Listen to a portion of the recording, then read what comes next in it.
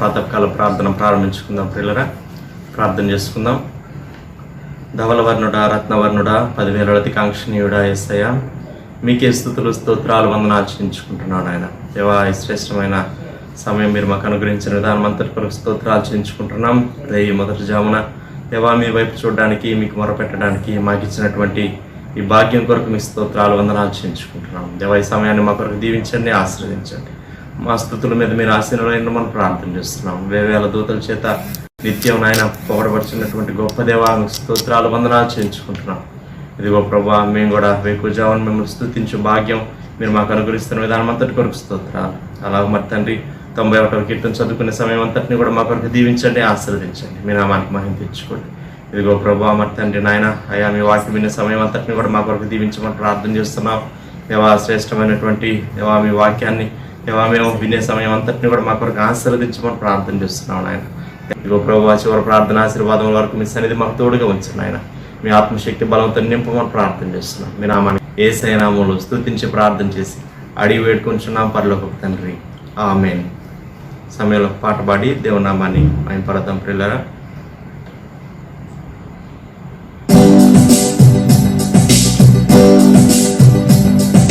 సుమధుర స్వరముల గానాలతో వేలాది దూతల గణములతో కొనియాడబడుచున్న నా యేసయ్యా, నీకే నా ఆరాధన. సుమధుర స్వరముల గానాలతో వేలాది దూతల గణములతో కొనియాడబడుచున్న నా యేసయ్యా, నీకే నా ఆరాధన. మహానందమే నాలో పరవశమే, నిన్ను స్తుతించిన ప్రతి క్షణం. మహానందమే నాలో పరవశమే, నిన్ను స్తుతించిన ప్రతి క్షణం. సుమధుర స్వరముల గానాలతో వేలాది దూతల గణములతో కొనియాడబడుచున్న నా యేసయ్యా, నీకే నా ఆరాధన. ఎడారి త్రోవలో నే నడచినా, ఎరుగని మార్గంలో నన్ను నడిపినా, నా ముందు నడచిన జయ వీరుడా, నా విజయ సంకేతమా. ఎడారి త్రోవలో నే నడచినా, ఎరుగని మార్గంలో నన్ను నడిపినా, నా ముందు నడచిన జయ వీరుడా, నా విజయ సంకేతమా. నీవే నీవే నా ఆనందము, నీవే నీవే నా ఆరాధన. నీవే నీవే నా ఆనందము, నీవే నా ఆధారము. సుమధుర స్వరముల గానాలతో వేలాది దూతల గణములతో కొనియాడబడుచున్న నా యేసయ్యా, నీకే నా ఆరాధన.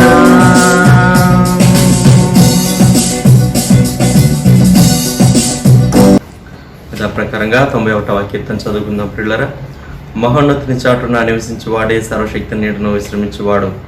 ఆయనే నాకు ఆశ్రయము, నా కోట, నేను నమ్ముకును నా దేవుడని నేను యెహోవాని గూర్చి చెప్పుచున్నాను. వేటకాని ఊరిలో నుండి ఆయన నిన్ను విడిపించును, నాశనకరమైన తెగులు రాకుండా నిన్ను రక్షించును.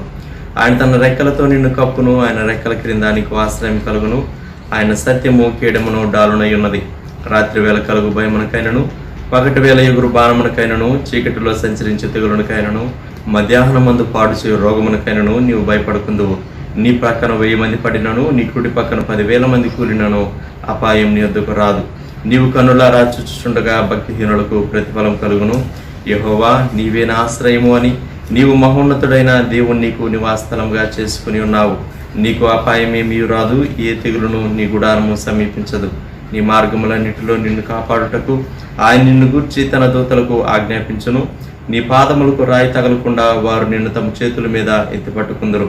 నీవు సింహములను నాగుపాములను త్రొక్కెదవు, కొదమ సింహములను భుజంగములను అనగద్రొక్కెదవు. అతడు నన్ను ప్రేమించుచున్నాడు గనుక నేను అతన్ని తప్పించెదను. అతడు నా నామం ఎరిగిన వాడు గనుక నేను అతన్ని గనపరచెదను. అతడు నాకు మొర్రపెట్టగా నేను అతనికి ఉత్తరం ఇచ్చేదను. శ్రమలో నేను అతనికి తోడై ఉండేదను. అతన్ని విడిపించి అతని గొప్ప చేసేదను. దీర్ఘాయు చేత అతనిని తృప్తిపరచెదను. నా రక్షణ అతనికి చూపించెదను. ఆమేన్. హెబ్రీయులకు వ్రాయబడిన పత్రిక 1వ అధ్యాయం 6వ వచనం. మరియు ఆయన భూలోకమునకు ఆది సంభూతిని మరల రప్పించినప్పుడు దేవుని దూతలందరూ ఆయనకు నమస్కారము చేయవలని చెప్పుచున్నాడు. తన దూతలను వాయువులను గాను తన సేవకులను అగ్నిజ్వాలలు గాను చేసుకునేవాడు అని తన దూతలను గూర్చి చెప్పుచున్నాడు. 14వ వచనం. వీరందరూ రక్షణయను స్వాస్యము పొందబో వారికి పరిచారము చేటుకై పంపబడిన సేవకులైన ఆత్మలు కారా. ప్రార్థన. ప్రేమగల మా తండ్రి, ఈ ప్రాతకాలం మీ సన్నిధానంలో పట్టుదలతో యూట్యూబ్ ఛానల్ వీక్షిస్తూ ఉన్నటువంటి షారోన్ మినిస్ట్రీస్ ప్రేక్షకుల కొరకు, వారి కుటుంబాల కొరకు స్తోత్రాలు. దూరం నుండి సమీపం నుండి మీ బిడ్డలు తండ్రి ఈ ఛానల్లో మాతో ఏకీపిస్తూ ఈ డివోషన్లో వారు పాలు పొందుతూ ఉన్నందుకు మీకు స్తుతి చెల్లిస్తున్నాను. ప్రాతకాలం ఈ సమయాన్ని దీవించుము, వ్యూ చేసే మీ బిడ్డలను ఆశీర్వదించు. మీ సన్నిధి తోడుగా ఉంచి మాతో మాట్లాడి మహిమను పొందండి. యేసయ్య నామములో అడుగుచూ ఉన్నాము తండ్రి. ఆమేన్. ఈ దినం భిన్నమైనటువంటి దేవదూతల యొక్క పనులను గూర్చి నేను మీకు జ్ఞాపకం చేయాలని ఆశపడుతున్నాను.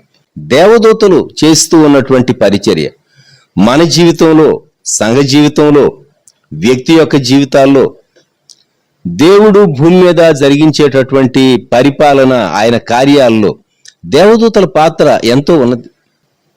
మొట్టమొదటి భాగం ఆదికాండం 24వ అధ్యాయం. నేను దీనికి ఒక చక్కని టైటిల్ పెట్టాలని ఇష్టపడుతూ ఉన్నాను. మెస్పొటోమియా మ్యారేజ్ లింక్స్. జ్ఞాపకం పెట్టుకోండి. ఆదికాండం 24:10. అతడు తన యజమానుని ఒంటెలలో 10 ఒంటెలను, తన యజమానుని ఆస్తిలో శ్రేష్టమైన నానా విధముల వస్తువులను తీసుకుని పోయాను. అతడు లేచి అరమ్నహరాయిములో ఉన్న నాహోరు పట్టణము చేరి, క్రింద ఫుట్ నోట్లో మెస్పొటోమియా అరమ్నహరాయిముకు ఇంకొక పేరు. మెస్పొటోమియా మ్యారేజ్ లింక్స్ ను గురించి మనం మాట్లాడుకుంటూ ఉన్నాం. దేవుడు అబ్రహామును బహుగా దీవించాడు. అబ్రహాముకు తన కుమారుని పెండ్లి విషయాల్లో చక్కని నడిపించాడు. అబ్రహాము మరి తన దాసుని పంపించాడు, పెద్ద దాసుని. ఇతడు ఎలియెజర్ అని, ఇతడు డమాస్కస్ కు చెందినటువంటి వాడని మనము వాక్యంలో చదువుకుంటాం. దమస్కుకు చెందినటువంటి ఈ పెద్ద దాసుడు తాను ఈ కార్యం చేయటానికి ప్రమాణం చేసి బయలుదేరాడు. ఇప్పుడు అబ్రహాము యొక్క విశ్వాసం ఏంటంటే, ఆదికాండం 24వ అధ్యాయం 7వ వచనం. పరలోకపు దేవుడగు యెహోవా తన దూతను నీకు ముందుగా పంపును, అక్కడ నుండి నీవు నా కుమారునికి భార్యను తీసుకుని వచ్చేదవు. ఇది అబ్రహాము యొక్క విశ్వాసం, గొప్ప విశ్వాసం.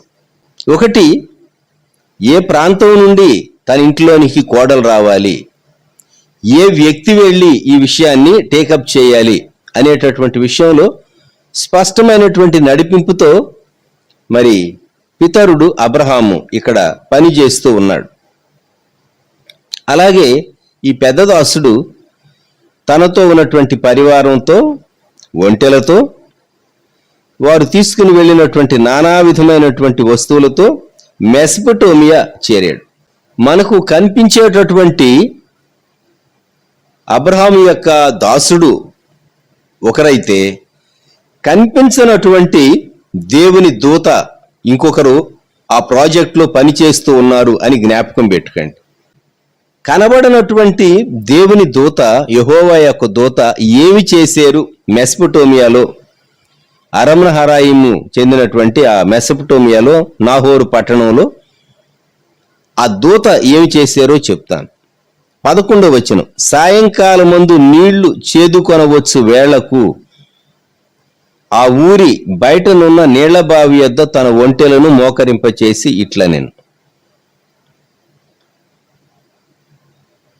కనబడకుండా పనిచేసేటటువంటి దేవుని దూత ఒకటి ఎక్కడ ఆగాలో ఊరి బయట సరైనటువంటి నడిపింపు అబ్రహాం యొక్క దాసునికి ఇవ్వటంలో ఆ దూత యొక్క పాత్ర ఉన్నది. అబ్రహాము యొక్క కుటుంబంలోనికి మరి అబ్రహాము యొక్క కోడలుగా వచ్చేటటువంటి రిబ్కా, ఇస్సాకు యొక్క పెండ్లి భార్య, వీరి నుండి జనాంగాలు రావాలి, వీరి నుండి వాగ్దాన సంతానం రావాలి. ఇది దేవుని ప్రణాళికలో ఉంది. కనుక ఇక్కడ యవనస్తురాలు ఎవరు ఆ బావి దగ్గరకు రావాలో వారిని మాత్రమే రానిచ్చి మిగిలినటువంటి వారిని ఆపు చేసేటటువంటి పని ఆ దేవదూత చేస్తూ ఉన్నారు. కనబడినటువంటి దేవదూత చేసినటువంటి పని అది నీళ్లు చేదుకుని వచ్చేటటువంటి టైం.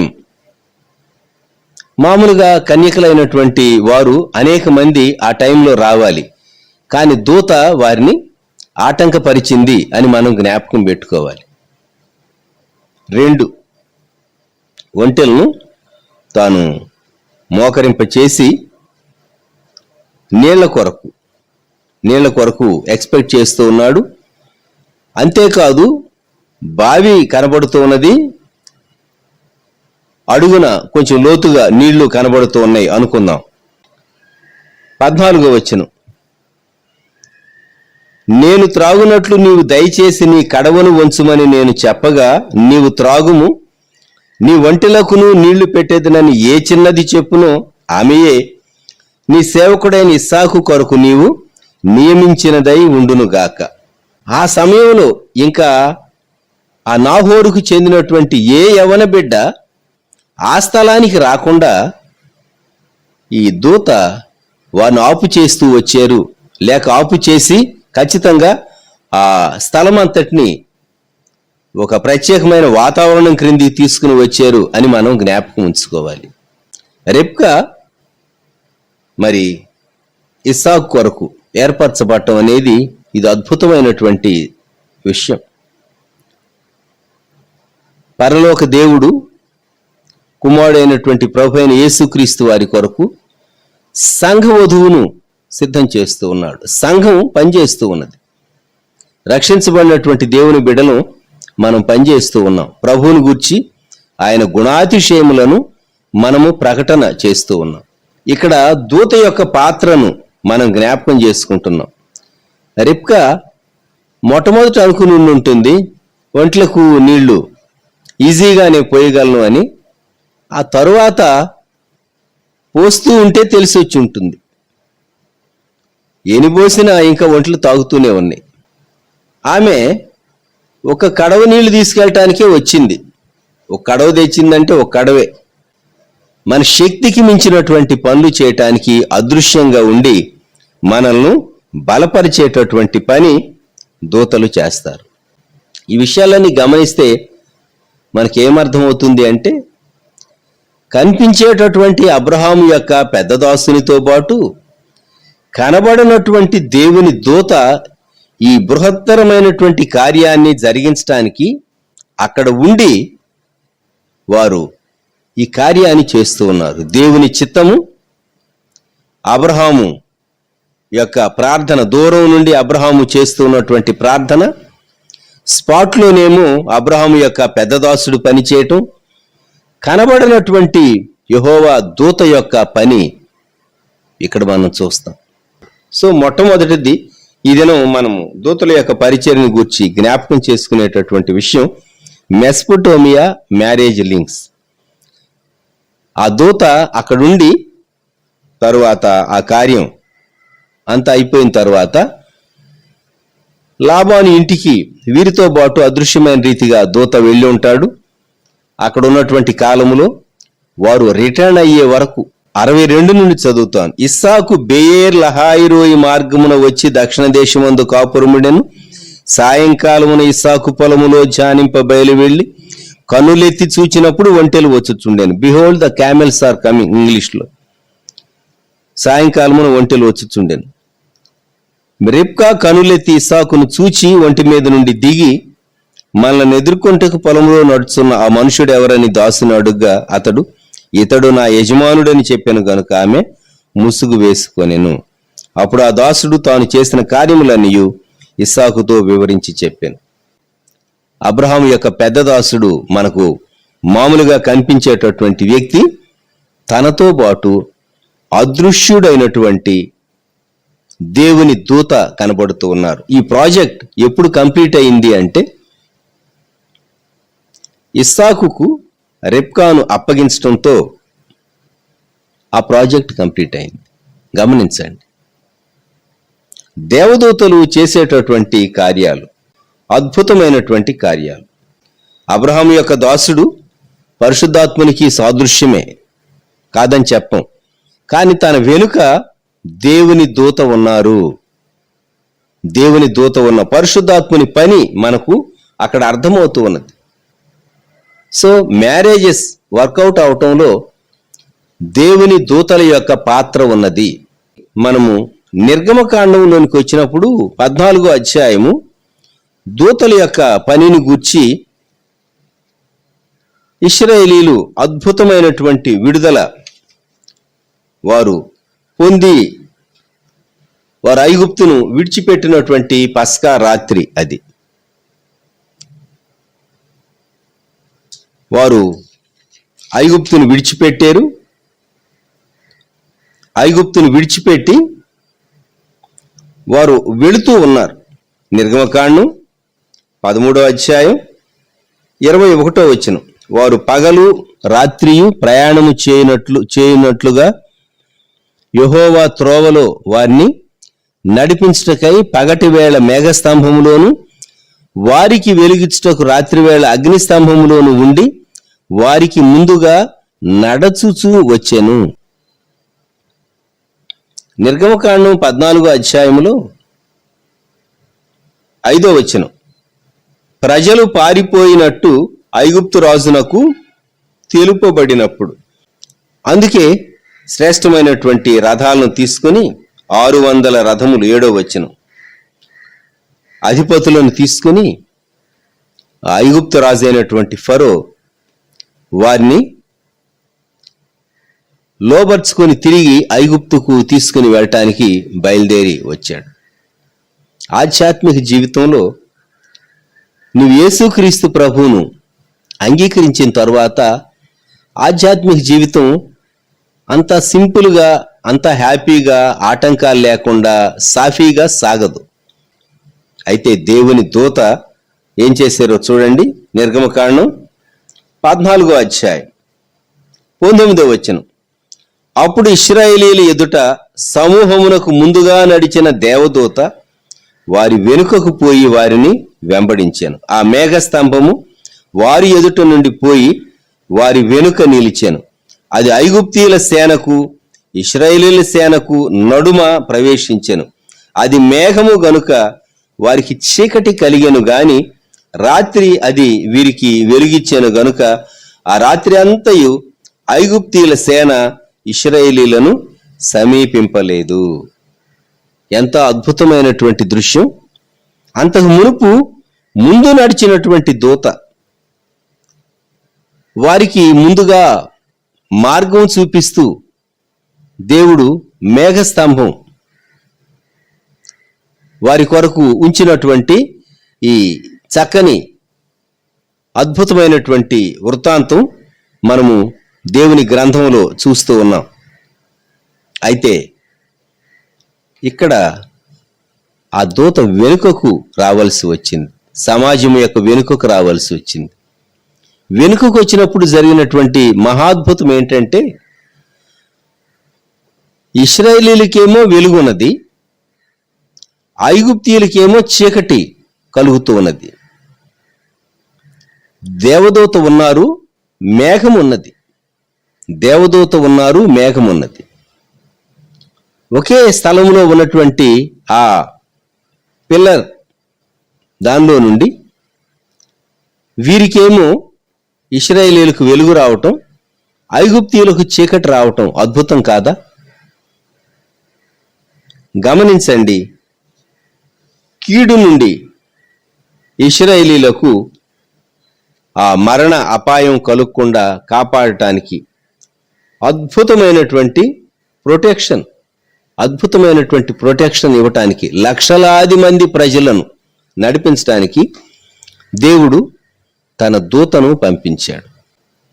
దేవుడు మన జీవితంలో పాపం నుండి, ఐగుప్తు నుండి మనల్ని విడిపించిన తర్వాత మరలా ఐగుప్తుకు వెళ్లకుండా ఎర్ర సముద్రాన్ని దేవుడు దాటించాడు.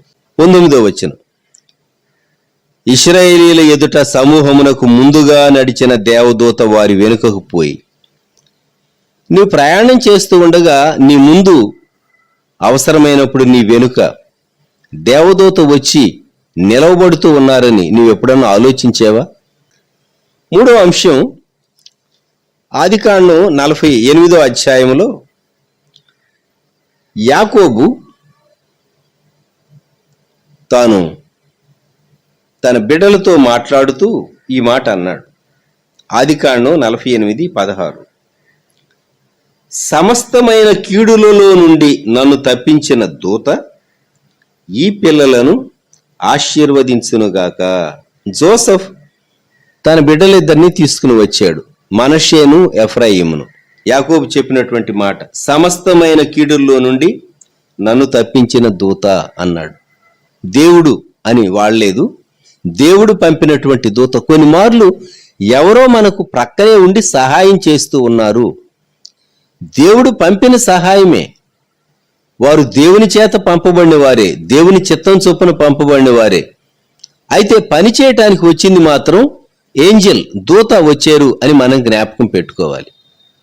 అందుకే దూతల యొక్క ఉనికిని, దూతల యొక్క పనిని మనం ఒప్పుకుంటూ ఉన్నాం. ఈ రోజుల్లో ఎకనాలజీ చేస్తూ ఉన్నాం. మనల్ని దేవుడు కీడుల్లో నుండి కాపాడటానికి దూతలను నియమించి ఉన్నాడు. వారు పని చేస్తూ ఉన్నారు. సమస్తమైన కీడుల్లో నుండి నన్ను తప్పించిన దూత అనే మాట యాకోబు జీవితంలో నుండి మనము గుర్తుంచుకోవాలి అని నేను కోరుతూ ఉన్నాను. మనం ఒక్కసారి వెనుదిరిగి, దేవా, నా జీవితం ఇప్పటి వరకు ఇన్ని సంవత్సరాల్లో ఎన్నో రకాలైనటువంటి పరిస్థితుల్లో దేవా కృప చూపించారు, మీకు వందనాలు అని చెప్పి మనం దేవుని స్తుతింపబద్ధులం. సంఖ్యాకాండంలో 22వ అధ్యాయంలో 22వ వచనం ఒక దూత కనబడుతూ ఉన్నారు. అతడు అంటే ఇక్కడ బిలాము వెళ్ళుచుండగా దేవుని కోపము రగులుకొనెను. యెహోవా దూత అతనికి విరోధి అయి త్రోవలో నిలిచెను. అతడు తన గాడిదనెక్కిపోవచ్చుండగా అతని పనివారు ఇద్దరు అతనితో కూడా ఉండిరి. యెహోవా దూత ఖడ్గము దూసి చేత పట్టుకొని త్రోవలో నిలిచి ఉండుట ఆ గాడిద చూచెను గనుక అది త్రోవను విడిచి పొలములలోనికి పోయాను. బిలాము గాడిదను దారికి మలుపోవాలని దాని కొట్టగా బాలాకు అనేటటువంటి రాజు తాను ఇశ్రాయేలీయులను శపించటం కొరకు దేవుని ప్రవక్త అయినటువంటి బిలామును పిలిపిస్తూ ఉన్నాడు. బిలాము ఇశ్రాయేలీయులను గురించి వ్యతిరేకంగా మాట్లాడతగునా? వెళుతూ ఉండగా దేవుడు ఒక కార్యం చేశాడు, దూతను పంపించాడు. దూత చేతిలో కత్తి ఉన్నది. అయితే గాడిద కన్నులు తెరవబడ్డాయి. కన్నులు ఉన్నటువంటి బిలాము తాను చూడలేకపోయాడు. తన ఎదురుగా కత్తి దూసినటువంటి దేవుని దూత నిలవబడితే రెండు ప్రక్కల గోడలు ఉన్నటువంటి ద్రాక్ష తోటల సందులోనికి వచ్చినప్పుడు 24వ వచనంలో బిలాము కాలు గోడకు అదిమింది ఆ గాడిద. 25వ వచనం, అప్పుడు బిలాము కోపముతో తన చేతికర్రతో గాడిదను కొట్టాడు. ఇక్కడ గాడిదకు దేవుడు వాక్కిచ్చాడు. చరిత్రలో ఒక గాడిద మాట్లాడినటువంటి వృత్తాంతం సంఖ్యాకాండం 22వ అధ్యాయం 28వ వచనం. అప్పుడు యెహోవా ఆ గాడిదకు వాక్కునిచ్చెను. వాక్కునిచ్చెను. ఇక్కడ దేవదూతల యొక్క ప్రసక్తి లేక దేవదూత యొక్క ప్రసక్తి ఇక్కడ మనం గ్రహిస్తూ ఉన్నాం. దూసిన కత్తి చేత పట్టుకొని ఉన్నటువంటి దూత, ప్రవక్తకు బుద్ధి చెప్పినటువంటి దూత. అంటే ఈ రోజుల్లో విశ్వాసికి బుద్ధి చెప్పేటటువంటి దూత. కొన్ని మార్లు దేవుని చిత్తానుసారంగాని పనులు మనం చేయాలని ప్రయత్నం చేస్తూ ఉంటాం. అది నీకు ఖచ్చితంగా నష్టం కలిగించేది, దేవుని చిత్తానికి పూర్తిగా వ్యతిరేకమైంది. అటువంటి పని నీవు చేయటానికి సాహసించవచ్చా? బిలాములాగా దేవుని ప్రజలకు వ్యతిరేకంగా కొందరు సంఘానికి వ్యతిరేకంగా పనిచేస్తూ ఉంటారు, సమాజానికి వ్యతిరేకంగా పనిచేస్తూ ఉంటారు. అది బిలాము యొక్క మనసు. ఇక్కడ దూసిన కత్తి చేత పట్టుకున్నటువంటి యెహోవా దూత బిలాముకు బుద్ధి చెప్తూ వచ్చింది. ఏమన్నారు అంటే ఆ దూత 33వ వచనం, ఆ గాడిద నన్ను చూచి ఈ ముమ్మారు నా ఎదుట నుండి తొలిగెను, అది నా ఎదుట నుండి తొలగని ఎడల నిశ్చయముగా నేను అప్పుడే నిన్ను చంపి దాని ప్రాణమును రక్షించిందునని అతనితో చెప్పాను. అందుకు బిలాము, నేను పాపము చేసి తిని, నీవు నాకు ఎదురుగా త్రోవలో నిల్చుట నాకు తెలిసినది కాదు, కాబట్టి ఈ పని నీ దృష్టికి చెడ్డదైతే నేను వెనుకకు వెళ్ళేదనని యెహోవా దూతతో చెప్పగా, యెహోవా దూత, నీవు ఆ మనుషులతో కూడా వెళ్ళుము, అయితే నేను నీతో చెప్పు మాటయే కాని మరేమీ పలుకూడదని బిలాముతో చెప్పు. దూసిన కత్తి చేత పట్టుకొని ఉన్నటువంటి దూత బిలాముకు బుద్ధి చెప్పింది. మనం ఈ దినాల్లో జ్ఞాపకం ఉంచుకోవాల్సింది, మనం అనేకమైనటువంటి పనులు చేస్తూ ఉంటాం. మనం చేసేటటువంటి పనులు దేవునికి కోపాన్ని తెప్పిస్తూ ఉన్నాయా? ఈ బిలాము ఏం ఆశించాడు అంటే బాలాకు దగ్గర నుంచి తాను 2 ఆశించాడు. యోధా పత్రికలో చాలా స్పష్టంగా ఈ మాట వ్రాయబడి ఉన్నది. 11వ వచనం, బహుమానము పొందవలెనని బిలాము నడిచిన తప్పు త్రోవలో ఆతురముగా పరిగెత్తిరి. చాలా ఫాస్ట్గా వెళ్ళాడట. అంతేకాదు, ఇతని మనసులో బహుమానం కావాలి. ఆ సంఖ్యాకాండం 22:18, బాలాకు తన ఇంటెడు వెండి బంగారములను నాకు ఇచ్చినను, కొద్ది పని అయినను గొప్ప పని అయినను చేయనట్లు నేను నా దేవుడైన యెహోవా నోటి మాట మీరలేను. ఎందుకంటున్నాడంటే, వెండిచ్చినా, మీరు ఒకవేళ బంగారం ఇచ్చినా, ఎంత ఇచ్చినా దేవుని మాటను నేను మీరుతానా అంటున్నాడు. అంటే తన మనసులో వెండి బంగారాలు కావాలి అని ఉన్నది. రెండవది, రాజు ఇచ్చేటటువంటి ఘనత కావాలని ఉన్నది. విశ్వాసులు కొన్ని మార్లు ఈ 2 ఆశించి దేవుని చిత్తానికి వ్యతిరేకమైనది చేసి నష్టపోతారు. తర్వాత మనము యెహోషువ గ్రంథంలో చదువుతాం. ఇశ్రాయేలీలు వాగ్దాన భూమిలోనికి యోర్దాను దాటి వారు ప్రవేశించిన తరువాత సోదెగాడైనటువంటి బిలామును వారు కత్తివాత హతము చేసిరి అని. చాలా సాడ్ ఎండింగ్, గుర్తుపెట్టుకోండి. ప్రవక్తకు బుద్ధి చెప్పినటువంటి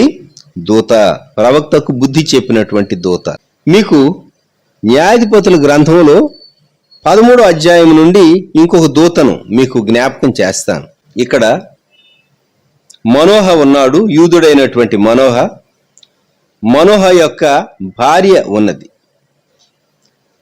మనోహ యొక్క భార్య తాను పొలములో ఉన్నది. న్యాయాధిపతుల గ్రంథం 13వ అధ్యాయం తన భర్తతో ఆమె ఈ మాట చెప్తూ ఉన్నది. ఆ స్త్రీ తన పెనిమిటి యొద్దకు వచ్చి, దైవజనుడు ఒకడు నా యొద్దకు వచ్చెను, అతని రూపము దేవదూత రూపమును పోలినదై మిక్కిలి భీకరముగా ఉండెను. అతడు ఎక్కడ నుండి వచ్చెనో నేను అడగలేదు, అతడు తన పేరు నాతో చెప్పలేదు. ఆ దూత యొక్క పేరు ఈమె అడగలేదు. ఆ తర్వాత వారు అడిగారు. 17వ వచనంలో న్యాయాధిపతులు 13:17లో, నీ మాటలు నెరవేరిన తర్వాత మేము నిన్ను సన్మానించినట్లు నీ పేరేమని అడుగా, యెహోవా దూతను అడుగా, యెహోవా దూత, నీవేళ నా పేరు అడుగుతున్నావు, అది చెప్పశక్యము కానిది అనెను. కొన్ని మార్లు దేవదూతలు తమ పేర్లు కూడా చెప్పరు. అంటే ఐడెంటిటీ కోరుకోరు. దేవుని చిత్తాన్ని వారు నెరవేరుస్తారు. గమనించండి, ఇక్కడ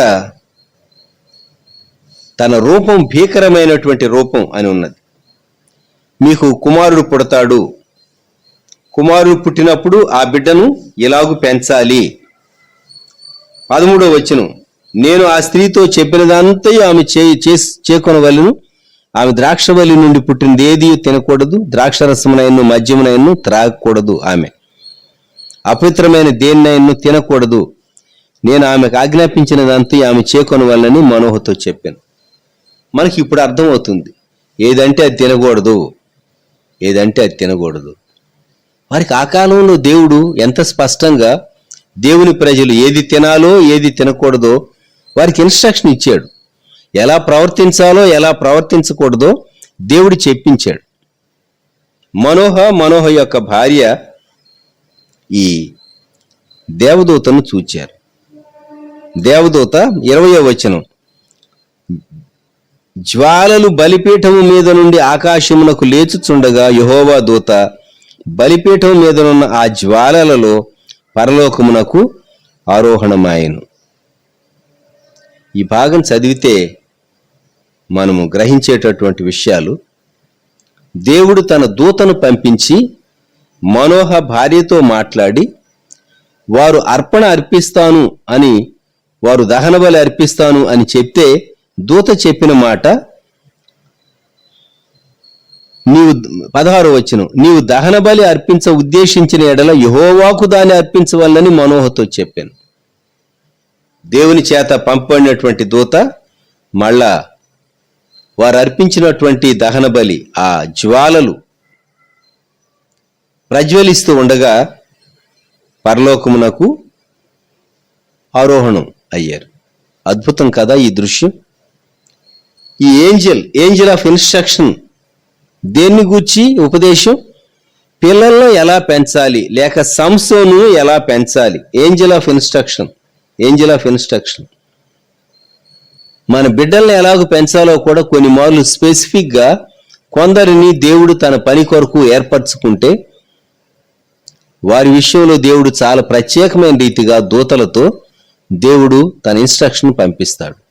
ఇక్కడ మనము తరువాత శాంసన్ పుట్టాడని, శాంసన్ దేవుని ఏర్పాటులో దేవుని జనాంగానికి న్యాయాధిపతిగా ఉండి నడిపించడానికి దేవుడు శాంసన్ ఏర్పాటు చేసుకున్నాడని, ఫిలిస్తీయులను అణగగొట్టడానికి, ఫిలిస్తీయుల చేతిలో నుండి దేవుని జనాంగాన్ని కాపాడటానికి న్యాయాధిపతినిగా సంసోనుని ఏర్పాటు చేసుకున్నాడని ఈ అధ్యాయాల్లో మనకు అర్థమవుతుంది.